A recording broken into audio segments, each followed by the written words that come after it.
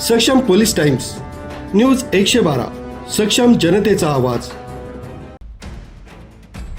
सातपूर औद्योगिक वसाहतीतील महिंद्रा हरियाली समोर असलेल्या एका प्लास्टिक खोके बनवणाऱ्या V3 एंटरप्राइजेस कंपनीला बुधवारी सकाळी 9:15च्या दरम्यान भीषण आग लागली। आगीचे लोण 2 किलोमीटर उंचावरून दिसत होते।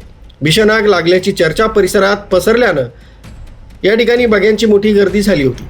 आगीची माहिती मिळताच त्वरित घटनास्थळी सातपूर अग्निशामक दलाचे बंब हजर झाले। अग्निशामक विभागाने दिलेल्या माहितीनुसार या कंपनीत प्लास्टिक खोके बनवणाऱ्या रॉ मटेरियल साहित्य गोडाऊनला आग लागली। सातपूर अग्निशमन दलाचे 3 बंब तसंच सिडकोचे 1 यांनी पाऊण तासाच्या प्रयत्नानं आगीवर नियंत्रण मिळाल्याची माहिती केंद्र प्रमुख VK मुसळे यांनी दिली।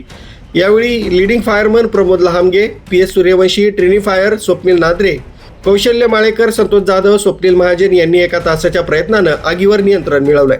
आग लागल्याचं कारण मात्र अस्पष्ट असून तपास सुरू आहे। लक्ष्मी शुक्ला यांचा फोन आला की V3 एंटरप्राइजेस या ठिकाणी आग लागलेली आहे, तर तुमचा मदत पाठवा। त्याप्रमाणे आम्ही आलो, तर त्या ठिकाणी प्लास्टिक असल्यामुळे धूर मोठ्या प्रमाणात येत होता व गेट कंपनीमध्ये शेजारच्या कंपनीतून आम्हाला पाणी मारावं लागलं। नंतर मग आम्ही कंपनीत आलो।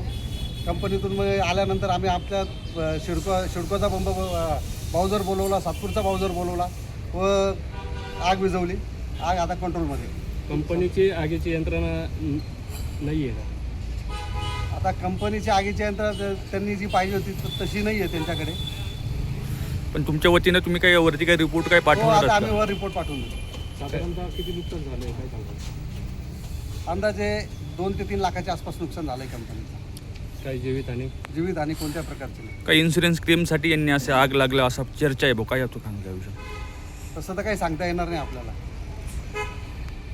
न्यूज ब्युरो सक्षम पोलीस टाइम्स न्यूज 112 नाशिक।